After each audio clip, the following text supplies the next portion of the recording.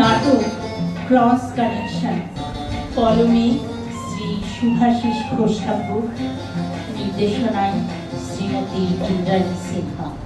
নাটক cross connection.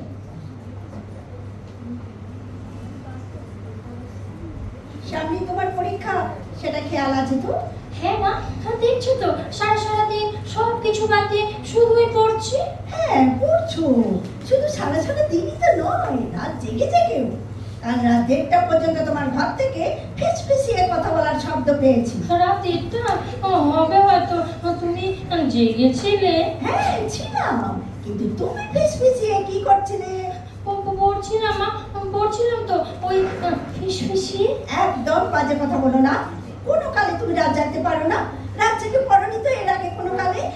হ্যাঁ, সেটাই তো, ইদানিং রাত জাগছি, মানে রাত জেগে পড়ছি।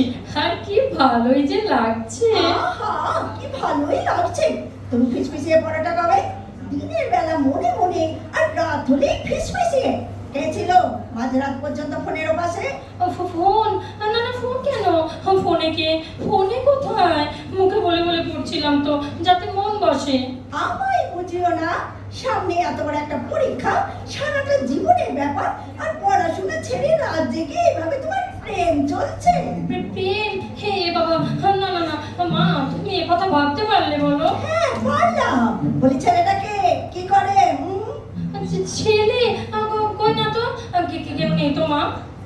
ফোন নয়, প্রেম নয়, ছেলে নয়, সবই যখন নয়, তখন আজ থেকে তোমার ফোনটা থাকবে আমার কাছেই, সুইচ অফ করে। না মা, সে কি করে হয়? ফোন না থাকলে আমি যে মরেই যাব। মরেই যাবে? কেন মরবে?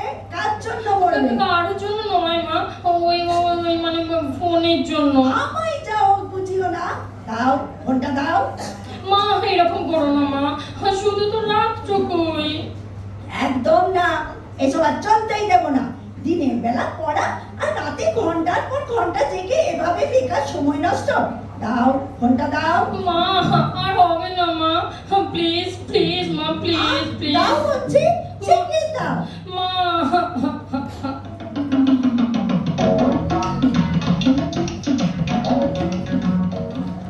ও স্নানে গেছে, দেখি তো এই ফাঁকে ফোনটা একবার চেক করে। ওরে বাবা, কলেজ তো ভর্তি একটাই নাম্বারে, জানু বলে সে পর মিস কল। জানু ও হোয়াটসঅ্যাপে তো কত মেসেজ। এ বাবা, কি লেখা? কিন্তু দেখছি ডুবে ও দু, দাঁড়াও দেখাচ্ছি মজা। আমিও জানি কিভাবে বাচ্চাদানকে ফাঁদে ফেলতে হয়।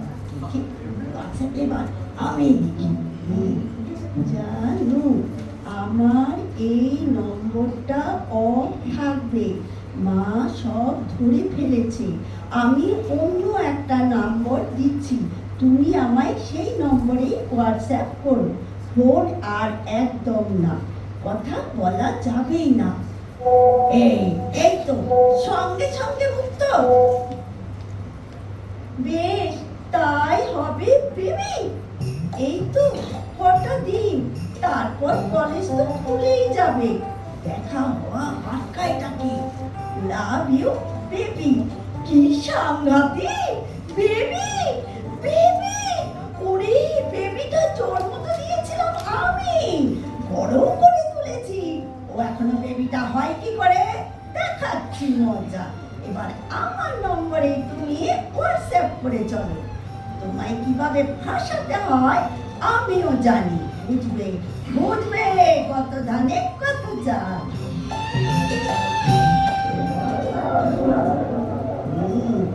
ঠিক 6:30। এবার তো বাচ্চাদন আসবে।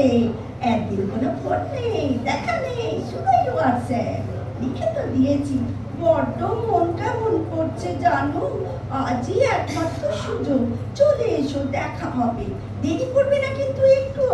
আচ্ছা এসে পরে দাঁড়িয়ে নেই তো, শপিং মলের সামনেটাই এত ভিড়, কত ছেলে তো দাঁড়িয়ে, কি করে বুঝবো কোনজন? দেখি একটা ফোন। এই তো রিং হচ্ছে, কথা বললেই তো বুঝে ফেলবে। মেয়ে নয়, আমি যে মা, কথা একদম বলাই যাবে না। ধরছে না তো। আশপাশে কতক্ষণই তো বাজছে, দেখি কেটে দিয়ে আবার করি। এই তো রিং হচ্ছে আবার। দুবার ফোনটা বাজলো যেন পাশে দাঁড়ানো ওই মহিলার হাতে। ব্যাপারটা কি দেখি, আবার একবার করে দেখি। ও, ঘন ঘন ফোন, তোর আর সইছে না। আচ্ছাটা মুখোমুখি হয়ে এসবের একদম শেষ থেকে ছাড়বো। সবে কেরিয়ার তৈরির সময়, এখনই কিনা দিন নেই রাত নেই ফোন আর হোয়াটসঅ্যাপ, যত সব ধরি বাঁচবি।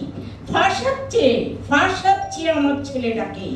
এমন হ্যান্ডসাম, তাই এত বড় চাকরি, এমন পরিবার, সব জেনে শুনেই ফাঁসাচ্ছে। আবার ফোন, কিন্তু কোথায় সে? কোনো কম বয়সী মেয়েকে তো আশপাশে ফোনাতে দেখছিও না, সবই তো জোড়ায় জোড়ায়। কফি শপের সামনেটায় দাঁড়িয়ে শুধু এক মাঝ বয়সী মহিলা। যতবার ফোন কানে নিচ্ছে ততবারই আমার ফোনের রিংটা হচ্ছে। তবে কি হ্যাঁ, এবার শিওর। যতবার ফোন করছি ওই মহিলার ফোনই বাজছে। তবে কি অন্য আমারই মতো?